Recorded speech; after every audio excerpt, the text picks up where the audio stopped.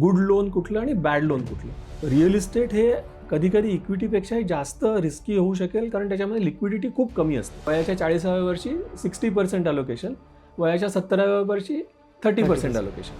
Time to retirement कमी होत चालली आहे आणि टाईम इन रिटायरमेंट वाढत चालली आहे. प्रॉफिट मॅक्झिमायझेशन हे प्रत्येक माणसाचं, कंपनीचं, देशाचं हे उद्दिष्ट असायलाच पाहिजे. आणि त्याच्यामुळे आपल्या जो पोर्टफोलिओ आहे त्याचं चांगल्या प्रकारे नियोजन करणं हे मला वाटतं प्रत्येकाने करायला पाहिजे. प्रीमियमचं सिम्पल कॅल्क्युलेशन असतं, तुम्हाला जितकी जास्त वर्ष कव्हरेज पाहिजे तितकी तुमची कॉस्ट वाढत जाते. एजंटला, कंपनीला विचारायला पाहिजे की बाबा मी 60 वर्षापर्यंत कव्हर घेतलं तर किती कॉस्ट येईल, 75 पर्यंत कव्हर घेतलं तर किती कॉस्ट येईल, 100 पर्यंत कव्हर घेतलं तर किती कॉस्ट येईल. आणि ही जी सेव्हिंग होईल की 60 वर्षापर्यंत कव्हर घेईन आणि उरलेले जे पैसे माझे वाचतील, कारण मला ते सांगतात 75 पर्यंत कव्हर घ्या, 80 पर्यंत कव्हर घ्या, तर ते पैसे जर का आपण सिम्पल SIP मध्ये सेव्ह केले तर जेव्हा मी 60-65 वर्षांचा होईन तेव्हा ते कॉर्पस किती ग्रो होईल हे कॅल्क्युलेशन करून तुम्ही निर्णय घ्या.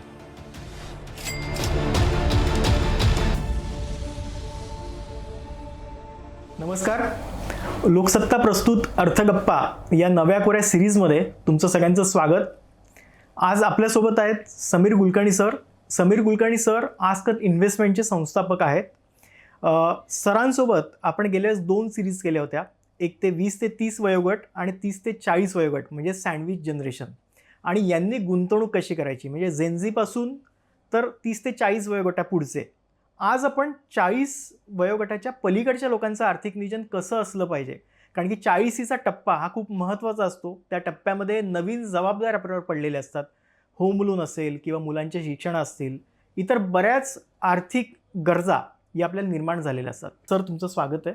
नमस्कार. सरांना आपण सुरुवातच याच्यापासून करूया की 40 वयोगटामध्ये आर्थिक नियोजनाची सुरुवातच कशी केली पाहिजे. आपण सुरुवातीच्या पहिल्या सिरीजमध्ये जेनझीसाठी म्हणजे 20 ते 30, त्याच्यानंतर आपण 30 ते 40 म्हणजे सँडविच जनरेशनसाठी आपण प्लॅनिंगचे थोडेफार आस्पेक्ट्स बघितले. आता 40 नंतरच्या जनरेशनला जनरेशन X म्हणतात. या टप्प्यामध्ये साधारण फायनान्शियल स्टॅबिलिटी आलेली असते, करिअर वाईज आपण थोडे स्टेबल झालेलो असतो, फॅमिली वाईज आपण थोडे स्टेबल झालेलो असतो. आणि म्हणून हा टप्पा आपल्या एकंदर फायनान्शियल प्लॅनिंगच्या दृष्टीने खूप महत्त्वाचा असतो.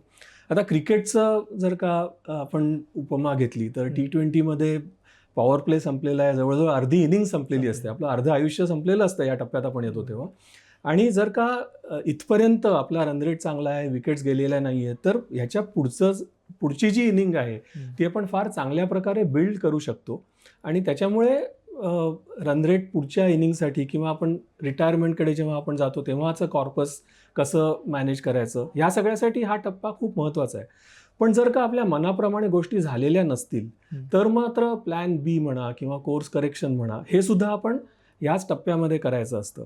आणि एक निसर्गाने आपल्याला 40 जसं आपण ह्याच वयोमानामध्ये आपल्याला मिळते, तर आपल्याला नेचरच असं सांगते की तुमच्या पोर्टफोलिओकडे, तुमच्या गोल्सकडे जरा परत एकदा चष्म्यातून बघा आणि टेक अ क्लोज लुक.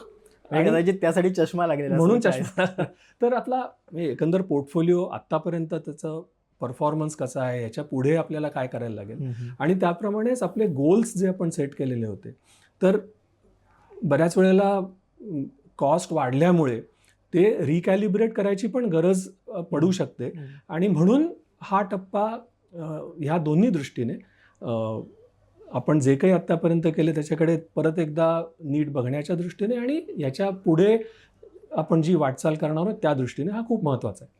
मग याची वैशिष्ट्य साधारणतः काय असतात किंवा काय गोष्टी लक्षात घेतल्या पाहिजे. म्हणजे जशा तुम्ही मगाशी क्रिकेटचा उल्लेख केला की काही विकेट पण पडू शकतात किंवा पडलेले असतात, तर ते धोके काय नेमके असतील ह्या टप्प्यामध्ये.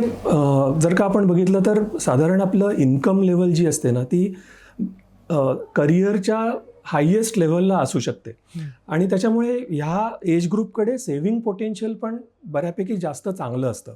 पण याचा एक जर का आपण नीट सेव्ह केलं नाही तर एक तोटा असा होऊ शकतो की आपण इम्पल्सिव्ह डिसिजन घेऊन जास्त खर्च करू शकतो. बऱ्याच वेळेला लोकांना सेकंड होम घ्यायचं अट्रॅक्शन असतं, पण त्याच्यामागचं आर्थिक गणित न बघता जर का त्याच्यामध्ये आपण उडी मारली तर मग थोडे वर्षांनी असं लक्षात येतं की अरे त्याचा वापर तर काही होत नाही, पांढऱ्या हत्ती पोचण्यासारखं ते आपण त्याच्यावरती खर्च करत राहतो आणि त्याच्यातनं उत्पन्न पण काही मिळत नाही. जस्ट एक एक्झाम्पल द्यायचं झालं बरोबर. तर अशा गोष्टी ह्या नक्की टाळायला पाहिजेत. आणि आता दुसरं कसं होतं आहे ना की जे काही आता AI रिलेटेड इश्यूज आहेत म्हणा किंवा तर टाईम टू रिटायरमेंट कमी होत चालली आहे आणि टाईम इन रिटायरमेंट वाढत चालली आहे. बरोबर. बरेच लोक इच्छा नसताना सुद्धा त्यांच्यावर रिटायरमेंट लादली जाते. मे बी 50मध्येच रिटायर व्हायला लागते लोकांना.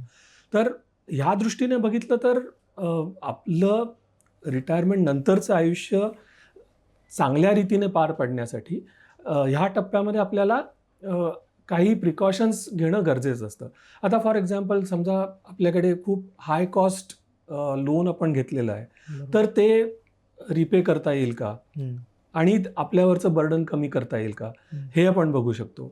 किंवा जे काही आपण इन्शुरन्स पॉलिसीज घेतल्या असतील त्या सफिशियंट आहेत का ते आपण बघू शकतो. म्हणजे एकंदरच रिकॅलिब्रेशनच्या दृष्टीने हा टप्पा महत्त्वाचा आहे. सर 40 नंतरचा हा जो टप्पा आहे याच्यात मला तरी वाटतं की 3 गटामध्ये आपण समजा विभागलं गेलं की जे लोक 40 आहेत आणि ज्यांनी अजूनही सुरुवात केलेली नाही म्हणजे किंवा सिरियसनेस नाही आहे की आर्थिक नियोजन कसं करायला पाहिजे.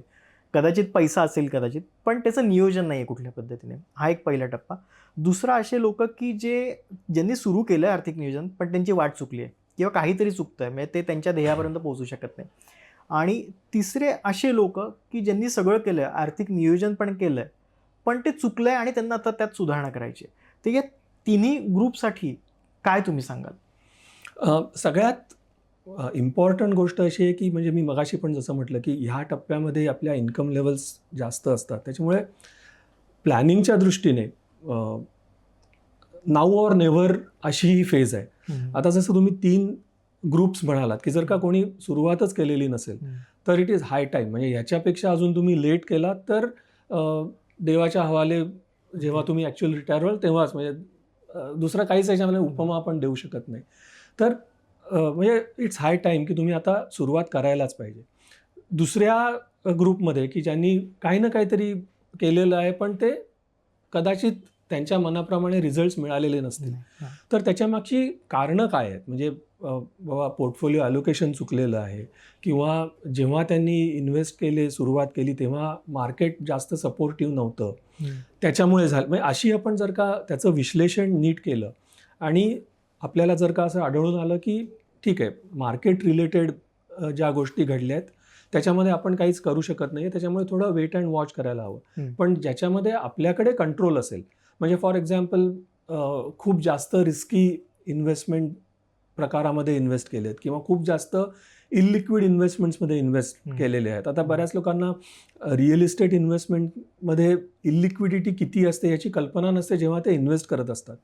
तर त्या केसेसमध्ये मग ठीक आहे बाबा की तुमचा जवळजवळ 75-80% पोर्टफोलिओ हा रिअल इस्टेटमध्ये आहे, तर मग हळूहळू पुढच्या 1-2-3 वर्षाचं प्लॅनिंग करून तुमच्या जो कोणी फायनान्शियल ॲडवायझर आहे त्याच्याबरोबर चर्चा करून जर का तुम्ही सिस्टमॅटिक स्टेप्स घेऊन त्या प्रकारच्या इन्व्हेस्टमेंट्समधनं तुम्ही दुसरीकडे जर का पैसे शिफ्ट केलेत तर त्याचा तुम्हाला लाँग टर्म आपल्या प्लॅनिंगसाठी फायदा होईल.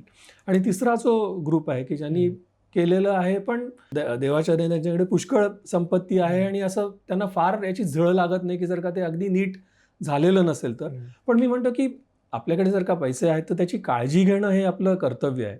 तर त्याच्यामुळे त्यांनी सुद्धा एक ढोबळ मनाने पोर्टफोलिओ ॲलोकेशन आपलं बरोबर आहे की नाही हे तपासून पाहून मग त्याच्यामध्ये काय शिफ्ट करायला पाहिजे. सर याच्यामध्ये मुख्य म्हणजे मला तिसरा जो गट आहे त्याच्याबद्दल विचारायचं होतं की बऱ्याच लोकांकडे पैसे असतात. काही लोक म्हणतात माझ्याकडे रिअल इस्टेट भरपूर आहे, मला काही गरज नाही, मी एक जमीन विकली तर मला भरपूर पैसे मिळतील. किंवा काही लोकांचे शेअर्समध्ये पैसे असतात, म्हणजे कुठल्याही फॉर्ममध्ये ते असू शकतील. पण अशा लोकांसाठी पण कितपत गरजेचं आहे आर्थिक नियोजन? म्हणजे कधी आर्थिक मंदी आली, एखादं सेक्टर पूर्ण झोपलं किंवा त्यांचा लॉस झाला तर त्यांच्यासाठी पण तितकंच गरजेचं आहे हे? कसं आहे ना की म्हणजे आपला जो काही खर्च होणार आहे रिटायरमेंट नंतर वर्षाला समजा आपल्याला एक 12 लाख रुपये खर्च आहे आणि समजा पुढची 4-5 वर्ष जरी मार्केट कुठे हल्लं नाही तरी सुद्धा जे पैसे लागतील ते माझ्या बँक अकाउंटमध्येच पडलेले आहेत. म्हणून मी माझ्या पोर्टफोलिओकडे मी बघितलं नाही बघितलं काही फारसा फरक पडत नाही. पण मला नाही वाटत हा अप्रोच बरोबर आहे. कारण मी म्हटलं तसं की प्रॉफिट मॅक्सिमायझेशन हे प्रत्येक माणसाचं, कंपनीचं, देशाचं हे उद्दिष्ट असायलाच पाहिजे. आणि त्याच्यामुळे आपल्या जो पोर्टफोलिओ आहे त्याचं चांगल्या प्रकारे नियोजन करणं हे मला वाटतं प्रत्येकाने करायला पाहिजे. सर आणखीन एक असं म्हटलं होतं बरं, म्हणजे आता त्याचे रील्स पण भरपूर येतात इन्स्टावरती वगैरे, पण बॅड लोन आणि गुड लोन हे 2 प्रकार केले जातात. त्याच्यामध्ये आता तुम्ही कुठल्या लोन तुम्ही घेतलंय ते एक बघावं लागतं. पण 40 नंतर किंवा 40 लागल्यानंतर बऱ्याचदा म्हणतं की अरे पुन्हा लोन का घेता तुम्ही, म्हणजे घरच्यांचे प्रेशर असतं म्हणा किंवा आणखीन मित्र वगैरे पण सुचवत की अरे परत का लोन घेतोस. तर अशा पद्धतीने पुन्हा लोन घेतलेलं कितपत योग्य आहे 40मध्ये वगैरे, किंवा त्याची परतफेड आधी केली पाहिजे का लगेच, की नाही माझ्याकडे पैसे आलेत, पगारामधून पण चांगले मिळतात तर मी आधी कर्ज फेडून टाकतो. तर याबद्दल काय सांगा. आपण जेव्हा कर्जाकडे बघतो ना तेव्हा 2 दृष्टिकोन असतात. एक तर नक्की म्हणजे कशासाठी आपल्याला कर्ज हवं आहे आणि त्याची किंमत किती आहे. आता कशासाठी कर्ज, समजा आता तुम्ही 2 बेडरूम हॉल किचनच्या फ्लॅटमध्ये राहता आणि तुम्हाला 3 बेडरूम हॉल किचनचा ब्लॉक घ्यायचा आहे, तर नॅचरली तुम्हाला जास्त रकमेचं प्रोव्हिजन करायला लागेल आणि म्हणून कदाचित तुम्ही कर्ज घेत असाल. तर ह्या बाबतीमध्ये कसं आहे की हे आवश्यक गोष्ट आहे, तुमची फॅमिली वाढली आहे, रिक्वायरमेंट वाढल्या आहेत, त्याच्यामुळे म्हणून मी म्हणेन की हे आवश्यक गोष्ट आहे, त्याच्यासाठी आपण कर्ज घेतोय.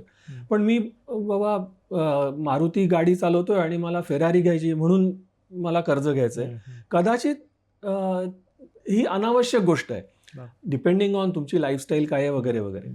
पण म्हणजे हे आपण असं डिफरन्सिएशन करू शकतो की जे गुड लोन कुठलं आणि बॅड लोन कुठलं. त्याच्यानंतर दुसरी गोष्ट म्हणजे कॉस्ट. आता क्रेडिट कार्ड बरेच लोक फिरवत असतात आणि फक्त मिनिमम रिक्वायर्ड भरून ते पुढे पुढे ढकलत असतात. क्रेडिट कार्डचं म्हणजे कॉस्ट ऑफ फंड इज जवळजवळ 36-40% तुम्ही त्याच्यावरती त्या लोनवरती तुम्ही इंटरेस्ट भरत असता. हे बऱ्याच लोकांना माहितीच नसतं. किंवा पर्सनल लोन असतात जर का घेतलेली, तर त्याच्यामध्ये तुम्ही 12-15% वगैरे सुद्धा इंटरेस्ट भरत असाल. तर ही जी हाय कॉस्ट डेट आहेत ती तुम्ही मात्र नक्की जेव्हा केव्हा शक्य असेल तेव्हा ती जेवढी शक्य आहे तेवढी कमी करून तुमच्यावरचं बर्डन कमी करायला पाहिजे. जी लो कॉस्ट डेट आहेत म्हणजे पर्टिक्युलरली हाऊसिंग लोन.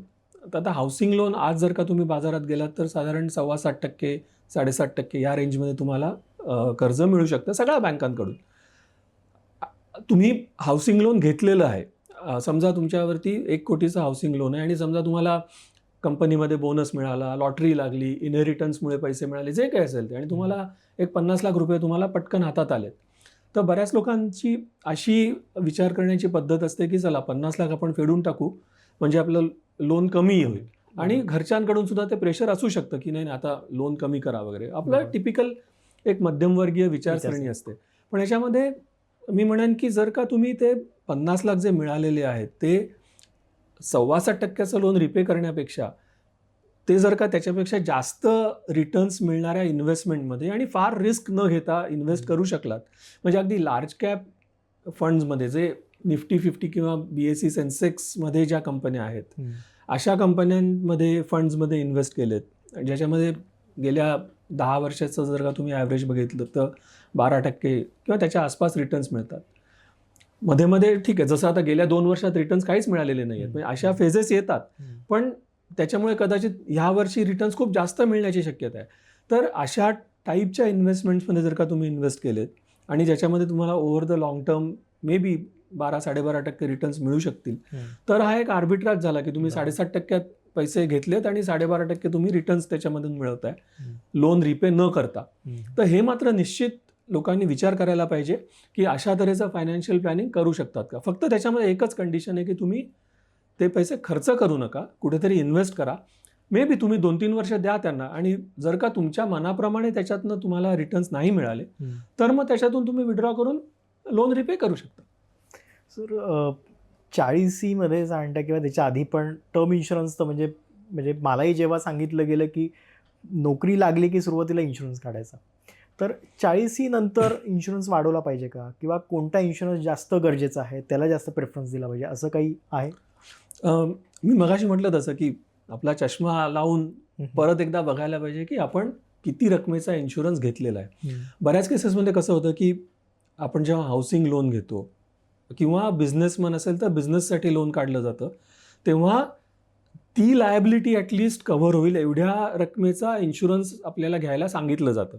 समजा आपण 2 कोटीचं लोन घेतलं तर 2 कोटीचा टर्म इन्शुरन्स, हाऊसिंग लोन असेल तर, किंवा कोणी मशिनरीसाठी 5 कोटीचं लोन घेतलं, बिझनेसमन आहे, मॅन्युफॅक्चरर आहे, तर पर्सनल लायबिलिटी 5 कोटीचा टर्म इन्शुरन्स त्याला घ्यायला सांगितलं जातं. आता बऱ्याच केसेसमध्ये कसं होतं ना की टर्म इन्शुरन्स घेतला, आता तुम्ही नोकरीला 20 वर्षापूर्वी लागलात, तर 20 वर्षापूर्वी तुम्ही जी काय एक 10, 15, 25 लाखाची पॉलिसी घेतली त्यावेळेला ती रक्कम जास्त होती, पण आता तुमच्या एकंदर नेटवर्कच्या रिलेशनमध्ये ती रक्कम खूप कमी असेल.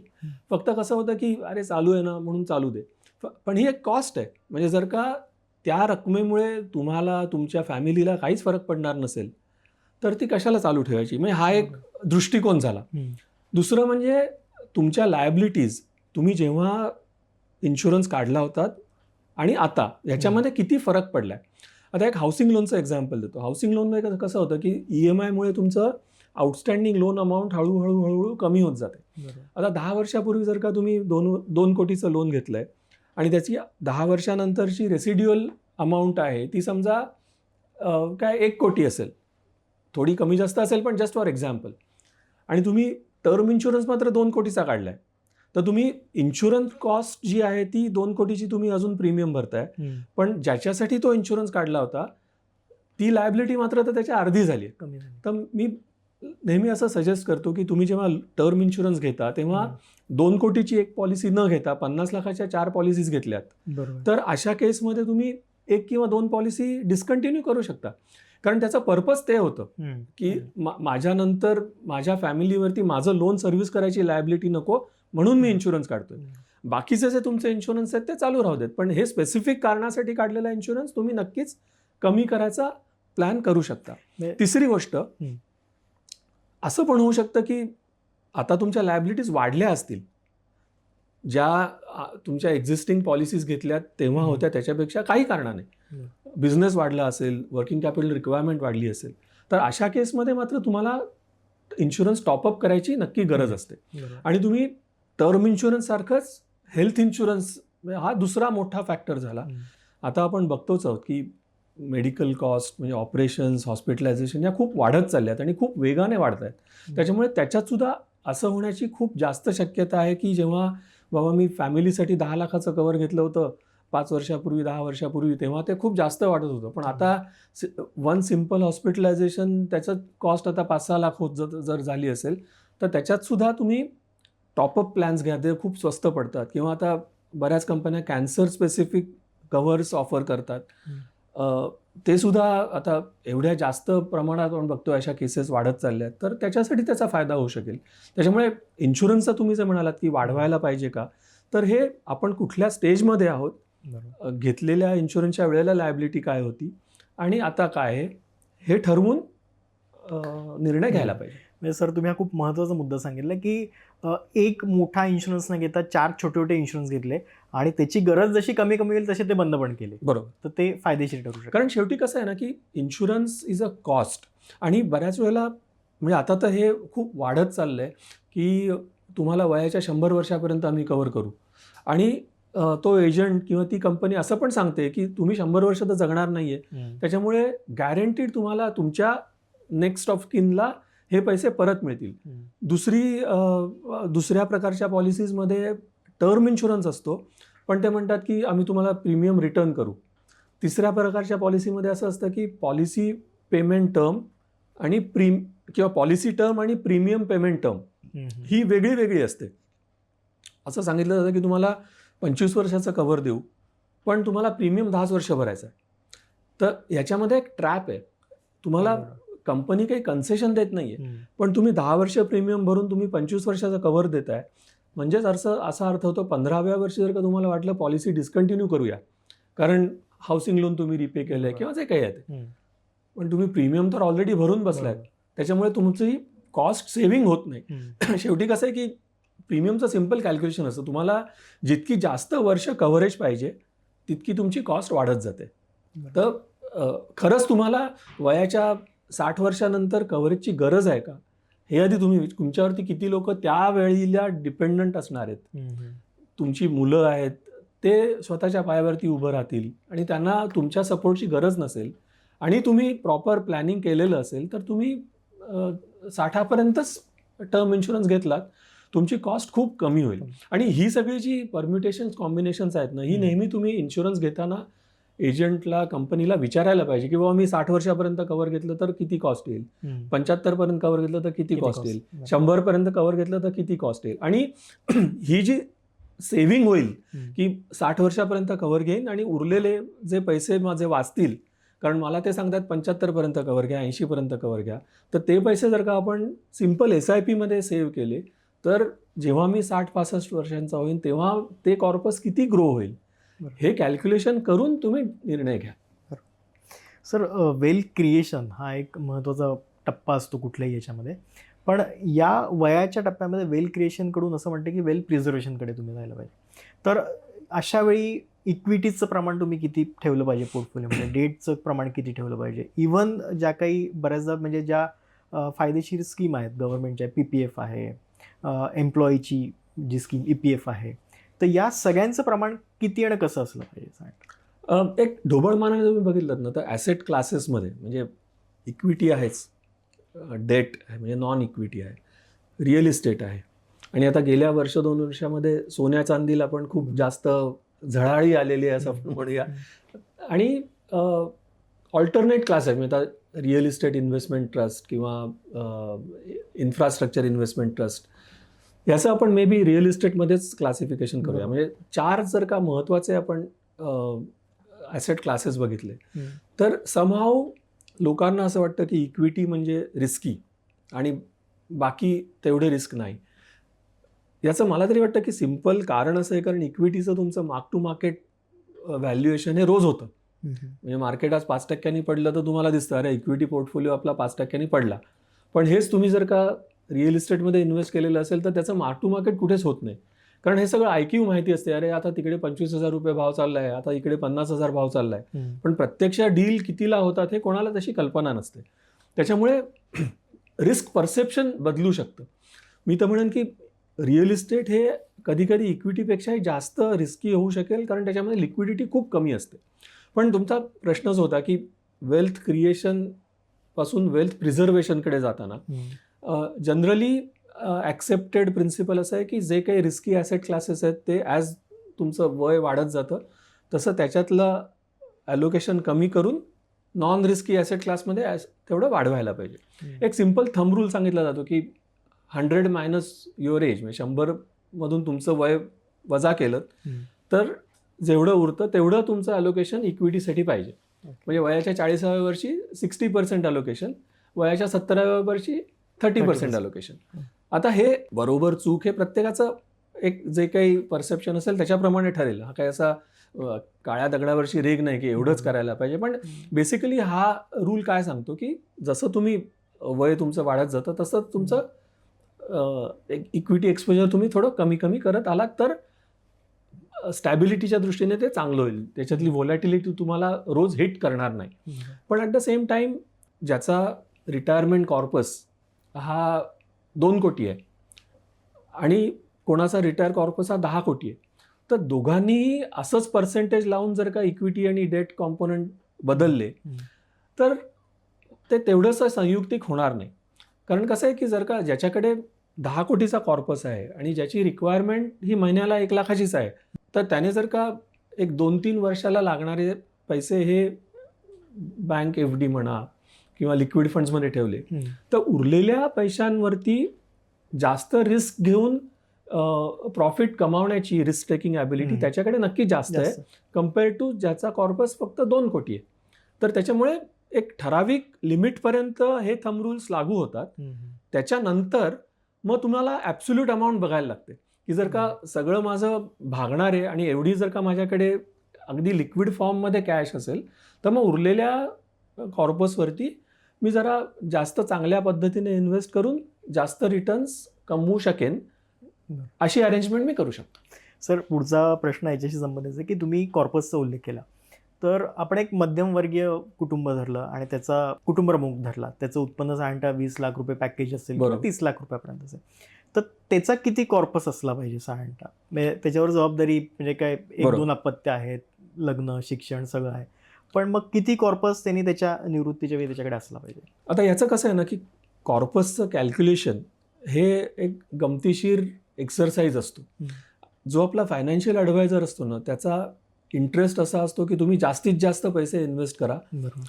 ज्याच्यामध्ये म्हणजे त्याचा फायदा होऊ शकतो. पण मी म्हणेन की तुम्ही तुमचे आत्ताचे जे एक्सपेन्सेस आहेत, समजा आता वयाच्या 45व्या वर्षी तुम्ही 20 लाखाचं पॅकेज तुम्ही धरलं, 25 लाखाचं पॅकेज धरलं, 2 मुलं असतील, जे काही आहे, तर तुमच्या आत्ताच्या एक्सपेन्सेसचं तुम्ही एक ग्रॅन्युलर ॲनालिसिस करा. म्हणजे बाबा मुलांच्या शालेय शिक्षणावरती किती खर्च होतो आहे, किंवा आपल्या इलेक्ट्रिसिटी बिलवरती किती खर्च होतो आहे, किंवा बाहेर आपण रेस्टॉरंटमध्ये जातो त्याच्यावर किती खर्च होतो आहे, किंवा आपण कुठे व्हेकेशनला जातो त्याच्यावर किती खर्च होतो आहे, वगैरे वगैरे. आता समजा आज आपला महिन्याचा खर्च 1 लाख रुपये असेल, आणि टिपिकली कसं कॅल्क्युलेशन केलं जातं की रेट ऑफ इन्फ्लेशन 5%, तुम्हाला रिटायर व्हायला अजून 15 वर्ष आहेत, म्हणजे आजचा 1 लाख 5% दरवर्षी वाढ झाली 15 वर्ष, तर may be it will be 1.5 lakh. जेव्हा तुम्ही रिटायर व्हाल तेव्हा तर तुम्हाला 1.5 लाखाप्रमाणे पुढचं प्लॅनिंग करायला पाहिजे. पण मी म्हणेन की असं जर का प्लॅनिंग तुम्ही केलं तर त्याच्यात चूक व्हायची शक्यता आहे. कारण काय आहे की जेव्हा तुम्ही 60व्या वर्षी तुमचा शालेय शिक्षणावरचा खर्च 0 होऊ शकेल. जर का तेव्हा मुलं तुमच्याबरोबर राहत नसतील, लग्न होऊन दुसरीकडे राहायला गेली असतील, तर तुमचा पूर्ण घर चालवण्यावरचा खर्चच कमी होऊ शकतो. इलेक्ट्रिसिटीची रिक्वायरमेंट कमी होऊ शकेल. तुम्ही रेस्टॉरंटमध्ये जात असाल तर तुम्ही 2घंच जण जात असाल तर ती रिक्वायरमेंट कमी होऊ शकेल. त्याच्यामुळे काही खर्च जे आहेत हे ॲक्च्युअली रिटायरमेंटच्या एजला कमी होऊ शकतील, पण at the same time may be medical expenses वाढू शकतील. तर ही सांगड घालून तुम्ही कॅल्क्युलेशन केलं तर तुम्हाला करेक्ट रिझल्ट मिळतील. दुसरं असं की बऱ्याच वेळेला असं कॉन्झर्वेटिव्ह अप्रोच प्रत्येक वेळेला की बाबा नाही, आता इन्फ्लेशन 5% आहे खरं, पण आपण 5.5 धरूया. नंतर तुमचं 1.5 लाखापर्यंत मी म्हटलं तसं, पण कदाचित थोडं जास्त होऊ शकतो, मग आपण चला 1.75 धरूया. किंवा त्याच्यानंतर कॉर्पस जे जमा होईल त्याच्यावरचे इन्व्हेस्टमेंट रिटर्न्स साधारण 8-8.5% मिळतील, पण आपण 60%च धरूया. आणि हे सगळं मिळून जर का कॉर्पस आपला आला 2.75 करोड्स, तर मग नाही, पण आपण 3 कोटी धरूया जरा. तर प्रत्येक स्टेजला तुम्ही बफर्स क्रिएट नका करू एकदम नाही तर कसं होईल ना की म्हणजे माझं उत्पन्न आहे महिन्याला 1.5 लाख रुपये आणि रिटायरमेंट प्लॅनिंगसाठी मला सेव्हिंग करायला लागणारे 2 लाख रुपये, अशी सिच्युएशन होईल. तर म्हणजे माझं आत्ताचं आयुष्य मी जगू कसं? तर म्हणून म्हणतो की अप्रोच बरोबर आहे, पण हे सगळ्या ह्या त्रुटी याच्यातल्या विचारात घेऊन तुम्ही प्लॅनिंग करायला पाहिजे. आणि मग ठीक आहे बाबा, की बाबा एवढं कॉर्पस जमा झालं तर मग ते मी कुठे इन्व्हेस्ट करेन, साधारण त्याच्यातले रिटर्न्स किती येतील, आणि मग माझं ते मॅच होईल की नाही, असा जर का आपण विचार केला तर आपण योग्य तऱ्हेने कॉर्पस कॅल्क्युलेट करू शकतो. सर, तुम्ही आत्ता सांगितलं की मी जगू कसं, असा तुम्ही प्रश्न विचारला. तर याच्याशी जोडून असं संबंधित प्रश्न आहे की बऱ्याचदा या वयामध्ये आल्यानंतर असं असतं की अरे आता सगळं झालं आहे, मी सेट झालो आहे, मला स्वतःचं काहीतरी आर्थिक स्वातंत्र्य असलं पाहिजे. तर याच्यामध्ये आर्थिक स्वातंत्र्याला महत्त्व दिलं पाहिजे की आर्थिक नियोजनाला महत्त्व दिलं पाहिजे, म्हणजे कशा पद्धतीने केलं पाहिजे? आणि बऱ्याचदा असा एक सूर असतो आणखीन की अरे माझी 40 आली किंवा 40च्या पुढे माणूस गेला असेल की आता उशीर झाला, आता मी काय करणार? तर या परिस्थितीमध्ये काय करता येईल? नाही, मी तर असं मानतो नेहमी की इट्स नेव्हर लेट. म्हणजे 40 आली काय, 50 आली काय, जी काही कारणं असतील, जी काही तुमची बॅकग्राऊंड असेल म्हणून तुम्ही काही करू शकला नसाल, त्याचा अर्थ असा नाही की ह्याच्या पुढे काही करून काही फायदाच होणार नाही. म्हणजे मी तर नेहमी असं सांगतो की समजा तुम्ही ही सगळी कॅल्क्युलेशन करून रिटायरमेंट कॉर्पस समजा तुम्ही असं धरा की 3 कोटी लागणार आहेत, आणि जेव्हा तुम्ही ॲक्च्युअल रिटायर व्हाल तेव्हा माझे 2.5 कोटीच जमलेत. ठीक आहे ना, पण काहीच न जमण्यापेक्षा ते 2.5 कोटी तरी तुम्हाला कामाला येतील. तर त्याच्यामुळे हा अप्रोच नेहमी पाहिजे की आपण एक काहीतरी प्लॅन करून चालायला पाहिजे. आणि मगाशी तुम्ही विचारलं की एक साधारण कॅल्क्युलेशन काय असावं की हम्म. किती रिटायरमेंट कॉर्पस. तर एक असा थंब रूल नेहमी सांगितला जातो की जेव्हा तुम्ही रिटायर व्हाल तर त्यावेळेला तुमचे जे एक्सपेन्सेस असतील ॲन्युअल एक्सपेन्सेस हम्म. की बाबा साधारण आपण एक लाख रुपये म्हणजे एक सिम्पल कॅल्क्युलेशनसाठी म्हणजे 12 लाख रुपये. तर वर्षाचे. हां, तर त्याच्या साधारण एक 25 पट एवढी रक्कम तुम्ही ॲज अ रिटायरमेंट कॉर्पस म्हणून जमा केलीत तर एक ढोबळ मनाने तुमची रिटायरमेंट ही नीट होईल. पण जसं तुम्ही म्हणालात की मी माझ्यासाठी खर्च कधी करू किंवा तर ते तुम्ही ते गोल्स जे आहेत, आता बऱ्याच लोकांची बकेट लिस्ट असते किंवा मला बरोबर. माउंट एव्हरेस्टवर जायचं आहे, हम्म. मग त्याच्यासाठी 20 लाख रुपये खर्च आला तरी चालेल, पण मी तयार आहे. हम्म. पण आता ह्या टाईपचे जे खर्च आहेत ज्याला मी म्हणेन की डिस्क्रिशनरी एक्सपेन्सेस आहेत, की आता माउंट एव्हरेस्टवर जायचं म्हणजे तुम्हाला आजच जायला पाहिजे असं नाही ना, 1 वर्षानंतर पण तुम्ही जाऊ शकाल. हम्म. तर आता ज्या तुम्ही इन्व्हेस्टमेंट केलेल्या आहेत तर त्याच्यावरचे रिटर्न्स हे त्या वर्षी जर का आता जसं ह्या वर्षी रिटर्न्स 0 आले तर तुम्ही रिटर्न्स रिलेटेड जे डिस्क्रिशनरी एक्सपेन्सेस आहेत ते करू नका. पुढच्या वर्षी समजा तुम्हाला 20% रिटर्न्स मिळाले आणि तुम्ही 12%च ॲज्युम केलेले असतील हम्म. तर मग त्या वर्षामध्ये तुम्ही ह्या टाईपचे एक्सपेन्सेस करू शकता. म्हणजे जे तुम्हाला असं वाटतंय की नाही हे मला करायचंच आहे, हम्म. पण ते करून सुद्धा तुमच्या फायनल जो गोल आहे त्याच्यावर विशेष परिणाम व्हायला नको आहे, तर मग अशा वर्षांमध्ये हे जर का एक्सपेन्सेस केले तर तुम्हाला फायदा होईल. आणि याच्यात अजून एक महत्त्वाची गोष्ट आहे की आता तुम्ही जानेवारी टू डिसेंबर हे वर्ष धरलं तर तुम्ही बघा की यावर्षी पहिल्या 4-5 महिन्यामध्ये जर का मार्केटचे रिटर्न चांगले असतील हम्म. तर त्यावर्षी तुम्ही जर का ते एक्सपेन्सेस करणार असाल हम्म. तर साधारण मे जूनमध्ये तुम्ही त्याच्यासाठी प्रोव्हिजन करायला सुरुवात केली पाहिजे. तुम्ही डिसेंबरमध्ये कुठे फिरायला जाणार असाल तर डिसेंबरपर्यंत थांबू नका, कारण कसं आहे मार्केट तिथपर्यंत खूप ओलॅटाईल होऊ शकतं. हम्म. आता आपण बघितलं जेव्हा इराणचं वॉर सुरू झालं महिन्याभरामध्ये मार्केट जवळजवळ 10-12% पडलं. हम्म. आता जेव्हा तुम्हाला पैसे पाहिजेत आणि तेव्हाच नेमकं असं काही झालं तर सगळे तुमचे रिटर्न्स हे परत 0ला आले. बरोबर. तर म्हणून एक 5-6 महिने आधी तुम्ही पैसे थोडे काढून ते लिक्विड फंडमध्ये शिफ्ट करा जिथे मार्केटची व्होलॅटिलिटी नसते, म्हणजे तुम्हाला जेव्हा पाहिजे तेव्हा ते वापरता येतील. सर तुम्ही मगाशी उल्लेख केला की युद्धाचा उल्लेख केला, त्यानंतर सध्याचं AI चं सगळं प्रकरण सुरू आहे की AI मुळे नोकऱ्या जात आहेत. तरुणांमध्ये आणखीन एक नवीन क्रेज आहे की फायर लवकर रिटायर व्हायचं प्रत्येकाला. काहींचं प्लॅनिंग बदल का मी 60व्या वर्षी होणार होतो, मी 50व्या वर्षीच रिटायरमेंट होणार आहे. तर या सगळ्या गोष्टी अचानक घडणार असतील किंवा करायच्या असतील तर 40शीत असलेल्या व्यक्तीने अशा कुठल्या 3 गोष्टी मला तुम्ही सांगा की 10 वर्षात त्याने केल्याच पाहिजे. एक म्हणजे इन्व्हेस्टमेंट, म्हणजे जे काही तुमचं ॲसेट ॲलोकेशन जे तुमच्या कम्फर्ट लेवलप्रमाणे तुम्ही करू शकता. मी म्हणेन की जेवढा तुमच्याकडे हातात जास्त वेळ आहे तेवढं तुमचं इक्विटी ॲलोकेशन तुम्ही जास्त ठेवू शकता. दुसरी म्हणजे रिलुक ॲट युअर इन्शुरन्स, म्हणजे टर्म इन्शुरन्स आणि हेल्थ इन्शुरन्स, की बाबा आपल्याला सफिशियंट कव्हर आहे की नाही, का यू आर ओव्हर कवर्ड आणि you are paying too much for that. आणि तिसरं म्हणजे तुमच्या ज्या लायबिलिटीज आहेत, लोन्स जे आपण मगाशी म्हटलं, तर त्याच्यामध्ये किती आपण कमी करू शकू, कुठली हाय कॉस्ट डेट्स आहेत आणि कुठली आपण कंटिन्यू करू शकू कारण त्याची कॉस्ट कमी आहे. आपण सरांसोबत 3 सिरीज आत्तापर्यंत केल्यात, म्हणजे ही आताची 3री सिरीज आहेत. 20 ते 30, 30 ते 40 आणि 40च्या पुढे वयोगटासाठीची ही सिरीज होती. तुम्ही या आधीचे 2 पार्ट नक्की बघा, त्याच्यामध्ये जेनझीसाठीचं पण सरांनी इन्व्हेस्टमेंट मंत्र सांगितले आहेत. सर शेवटचा प्रश्न माझा असा आहे की आपण ह्या 3ही सिरीज आता आपल्याला झालेल्या आहेत, तर या म्हणजे जेनझी असो, त्याच्या आधीची असो आणि आता ही 40 नंतरची पिढी असेल, तर याच्यासाठी तुमचा प्रत्येक पिढीसाठी काय मंत्र असेल की त्यांनी काय गोष्टी पाळल्या पाहिजेत किंवा काय गोष्टी टाळल्या पाहिजेत, याबद्दल काय सांगाल?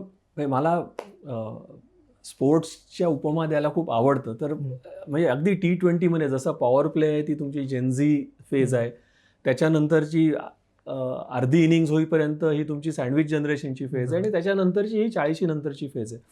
पण तुम्हाला सांगतो की म्हणजे रिटायर हा शब्द जो आहे तर याच्यामध्ये हे तुम्ही ॲक्रोनिम जर का बघितलं तर हे इतक्या सुंदरपणे त्याच्यातनं तुम्ही काय लक्षात ठेवायला पाहिजे हे बघू शकता. रिटायर म्हणजे आर इज फॉर रिस्क आणि रिटर्न्स. रिस्क आपण म्हटलं की 100 मायनस एज आणि आपल्या इन्व्हेस्टमेंटवरचे रिटर्न्स कसे आहेत. ई म्हणजे एक्सपेन्सेस आणि इन्फ्लेशन. तर आपलं रिटायरमेंट कॉर्पस किती असावं, आत्ताचे एक्सपेन्सेस कितीच्या किती वाढतील, किती कमी होतील, हे बघून आपण ते कॉर्पस काढायला पाहिजे. T is for taxation. तुमचं आत्ताचं टॅक्सेशन आणि रिटायरमेंट नंतरचं टॅक्सेशन याच्यामध्ये खूप फरक असतो. तर जर का आता फॉर एक्झाम्पल तुमच्या पेन्शन नसेल तर तुम्ही डिव्हिडंड पेआउटमधून डिव्हिडंड घेऊ शकता आणि 12 लाखापर्यंत तरीसुद्धा तुम्हाला त्याच्यावर टॅक्स लागणार नाही. म्हणजे बऱ्याच वेळेला असं सांगितलं की ग्रोथ स्कीममध्ये लॉंग टर्म कॅपिटल गेन्स फक्त 12.5% म्हणून ग्रोथ स्कीम प्रिफर करा, पण तुमच्या स्पेसिफिक सिच्युएशनमध्ये तुम्हाला काही इन्व्हेस्टमेंट ही डिव्हिडंड पेआउट स्कीममध्ये करणं फायदेशीर ठरू शकतं. आय फॉर इन्शुरन्स आपण जे बघितलं, हेल्थ इन्शुरन्स आणि टर्म इन्शुरन्स, हे दोन्ही किती आहेत, किती लागतील, किती कमी करू शकतो हे बघा. परत R is for reserve fund, contingency fund, emergency fund. तर हे आपल्याला याची प्रोव्हिजन जर का करता आली आणि ती हळूहळू वाढवत नाही. आणि मी म्हटलं तसं की 1 ते 2 वर्षापर्यंतचे एक्सपेन्सेस आपण जसं म्हटलं की बाबा आपण 1 लाख रुपये आपले मंथली एक्सपेन्सेस असतील तर एक 12 लाख ते 18 लाख 20 लाख पर्यंत जर का आपण इमर्जन्सी फंडच हळूहळू क्रिएट करत गेलो तर मग कसं की जेव्हा मार्केट चांगलं नसतं तेव्हा आपल्याला पैसे काढायची गरज लागत नाही आणि ती सायकल आपण राईड करू शकतो. आणि शेवटी ई म्हणजे इस्टेट प्लॅनिंग. म्हणजे ह्या एज ग्रुपमध्ये नॉमिनेशन म्हणा, सक्सेशन प्लॅनिंग म्हणा, विल म्हणा, तर ह्या गोष्टींचं सुद्धा महत्त्व वाढत जातं. तर तुमचे सगळे ॲसेट्समध्ये पोर्टफोलिओमध्ये जे काही असेल ते नॉमिनेशन आहे की नाही, किंवा विलमध्ये जर का तुम्हाला विल करायचं असेल तर, नसेल तर काय, म्हणजे ह्या गोष्टीची चर्चा ही घरात सुरू करायला पाहिजे. आणि सगळ्यात महत्त्वाचं जे काही आपले ॲसेट्स असतील त्याचं एक ब्रॉड लिस्ट करून ती कुठेतरी तुम्ही ठेवून द्या, म्हणजे कोणालाही ती जर का वेळ आली तर ॲक्सेस करता येईल. आणि दुसरी मला गोष्ट सांगायची की हेल्थ आणि वेल्थ याच्यामध्ये फक्त पहिल्या लेटरचा डिफरन्स आहे, H आणि W. तर आत्ताचं आपलं सगळं डिस्कशन्स हे वेल्थ रिलेटेड होतं. याच्यामध्ये मोठा भाग जेव्हा आपण रिटायरमेंटकडे पोहोचतो तेव्हा मेडिकल एक्सपेन्सेसचा असू शकतो. तर आपण जर का आपली हेल्थ नीट मेंटेन केली 40 नंतर तर तो जो भाग आहे तो आपण बऱ्यापैकी कमी करू शकतो आणि रिक्वायरमेंट जी आहे रिटायरमेंट कॉर्पसची ती सुद्धा आपण मॅनेजेबल ठेवू शकतो. त्याच्यामुळे हे दोन्ही बरोबर. आणि याच्यातली सरप्रायझिंगली प्रिन्सिपल्स ही खूप मिळती जुळती आहेत. नियमितपणा पाहिजे, एक्सेसेस नकोत, वगैरे वगैरे. म्हणजे वेल्थ जरी असेल तरी हेल्थ असेल तर ती वापरता पण येईल आणि वाढवता पण येईल आणि तिची बचत पण करता येईल. बरोबर सर, तुम्ही खूप छान मंत्र सांगितला आणि रिटायर्डचा तर खूपच छान अर्थ सांगितला की रिटायर्ड म्हणजे नेमकं काय आहे. 40च्या या टप्प्यावरती नुसती बचत करून उपयोग नाही आहे, तर जी बचत आपण केली आहे किंवा जे पुढचं आर्थिक नियोजन करतो आहे किंवा जो आपला पोर्टफोलिओ आहे त्याचं रिबॅलन्सिंग कशा पद्धतीने आहे, त्याचं मॅनेजमेंट कशा पद्धतीने करावं लागणार आहे हे बघणं खूप गरजेचं आहे. सर, तुम्ही इथे आलात आणि वेळ दिलात त्याबद्दल आभारी आहे. लोकसत्ताच्या प्रेक्षकांना धन्यवाद. आपण अशाच नवीन विषयासाठी पुन्हा एकदा भेटूया. धन्यवाद.